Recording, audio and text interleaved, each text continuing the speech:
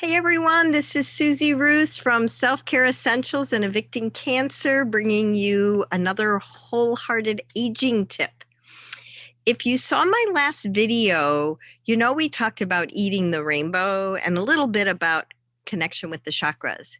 Well, several people who know I work a lot with essential oils asked about using essential oils to supplement or sometimes replace some of our intake of our rainbow colored produce. And in hindsight, probably should have woven that into the last video, which, if you didn't see it, you can go to my YouTube channel, Self Care Essentials, and check out video 6. But now let's talk about how you can use these essential oils, these gifts of the earth, to supplement your healthy diet. As long as you use a high quality, pure therapeutic grade oil, which you always want to verify by third party testing, you can use essential oils internally to enhance, both your health and your nutrition and the culinary flavors of what you're creating. But never use an essential oil internally unless it has a supplemental facts label. Let me show you, like um, ginger here. I think you can see this, right? As we just sort of spin around the bottle, you can see there is a supplemental facts label. Um, because just because an oil is pure and natural doesn't mean it's safe for ingestion. For instance, I use a high quality wintergreen oil to make some lotions and blends that soothe muscle tension and aches. Okay. Wintergreen's most active ingredient is methyl salicylate, which is closely related to the active ingredient in aspirin, which is why it has some similar benefits. But the salicylate found in aspirin breaks down quickly, while the salicylate in wintergreen does not. So we never want to use it internally and risk blood thinning and toxicity. So if you look, like I showed you the ginger, you see that there's as you kind of scroll the bottle, you see there's a supplement label. When we look at the same company, their bottle of wintergreen, and I sort of scroll around the bottle, there is no supplement label on it. So therefore, if you're not as fluent in essential oils, you know that you can't use it internally because it doesn't have that label, or the opposite, it has a label, you can use it. The other thing that's really important to know is that essential oils are far more potent than the herbs and plants from which they're derived. For instance, 1 drop of peppermint oil is the equivalent of 28 cups of peppermint tea, or 1 drop of oregano oil will flavor a really large pot of marinara sauce. It's really potent. I don't even like just smelling it. Um, so if you're going to be like making, let's say, dinner for two, a small pot, I wouldn't even use a whole drop. It'll overpower it. It'll be too strong. So what you do is you either put a drop in a bowl and dip a toothpick in. Some people dip a toothpick into here, just enough to get flavoring. And if you need more, then you do it again. I don't recommend dipping this into the actual bottle because I just don't want to contaminate anything. It makes more sense. Put it in a little bowl, dip, dip until you get the strength of flavoring that you want. And because they're so potent, the good news is a bottle of oil goes a really, really long way, and they last a lot longer than our fresh produce. So, titrating with essential oils is always in terms of drops. And this is especially true with internal use. And I don't like always recommend replacing, herbs and spices with oils, but it's nice to have the options. For instance, if I want the flavoring and nutritional benefits of, let me see if I can find them, cilantro and lime when I'm making guacamole, and I'm either out of both of them or one of them, or I waited too long to use the herbs in my refrigerator and they're looking pretty sad. Does that ever happen to anyone? I can always just grab my oils and add a drop of lime and cilantro, and I'm going to get the flavoring and I'm going to get the health benefits as well. It's added to my avocado mash, and I'm good. And at other times throughout these tips, I'll talk about essential oils in relation to different health topics. But for now, we're just looking at culinary use with a little extra nutritional boost. Okay. And one of the ones that comes to mind is clove oil or just clove. Clove surpasses almost every other food for its antioxidant value. Okay, it like totally blows blueberries out of the water, and we know how good blueberries are. And I love blueberries and I use them.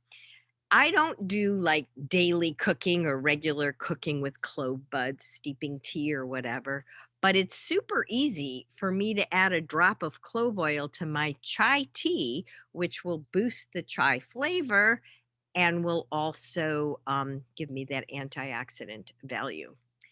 And the other oils work like that as well. I'll be talking at another point about maintaining good blood sugar, and there are oils that can help with that. But we can just like by adding a drop of cinnamon oil to, say, oatmeal or to tea again, or a salad dressing, um, I can enhance flavor and I can get the health benefits that you may be familiar with that cinnamon provides. So, lemon oil. Let me just mention lemon oil. For me, this is a daily use oil because it supports our detoxification pathways. So it's real easy to add a drop or two to my morning hydration, and I'm off to a good start. Because citrus oils, including lemon, come from the peel rather than the fruit itself, I can also squeeze that half a lemon into a glass of water or whatever I'm putting it in and add a drop of the oil, and I'm getting the benefits of both. Okay. So, some of the oils, I'm just going to give you a list, give you an idea of oils you can keep in your kitchen. I have oils in my medicine cabinet. I have some by my bedside.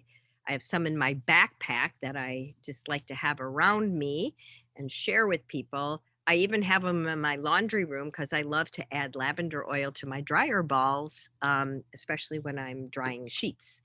Enhances sleep. So, but in the kitchen, here's just kind of a list of for some ideas: basil, rosemary, the cilantro, the lemon, the lime, the oregano, ginger, basil, fennel. I mean, there's so many of them. Peppermint, definitely. Think healthy chocolate peppermint, mint brownies, yummy. Wild orange, add a drop of wild orange to a vanilla smoothie, and you kind of reproduce those dreamsicles we used to like as kids, right? Um, so, yes, you can use essential oils in place of, or sometimes in addition to, fresh or dried herbs. Um, for a safe guideline for usage, if a recipe calls for a teaspoon of dried herbs, add a drop of oil. If it calls for less than a teaspoon, then do that toothpick method. And also, if it's a really strong oil, like I already mentioned, oregano, some people find cinnamon and clove and ginger very strong, you can be safe and use until you know how you like it, the toothpick method. And one last thing I want to talk about before closing, and that is for those of you who think in terms of body frequency for both health and, say, spiritual awareness and growth, biofrequency technology has shown that the human frequency is between 62 to 68 megahertz. And when we get significantly below that, we invite more illness to take root in our bodies. And the lower the frequency, we'll just say the more significant the dis-ease can be. Um, So it's nice when we can bring higher frequency foods, supplements, oils, whatever into our bodies. So dried herbs have a frequency of between 12 and 23 megahertz. Your fresh herbs have a higher frequency of 20 to 27 megahertz. And your essential oils have frequencies between 52 and 320 megahertz. That last one is rose oil. And I think it has the highest frequency of any plant that we know of, which is why it's used so much in spiritual practices and to really calm the mind.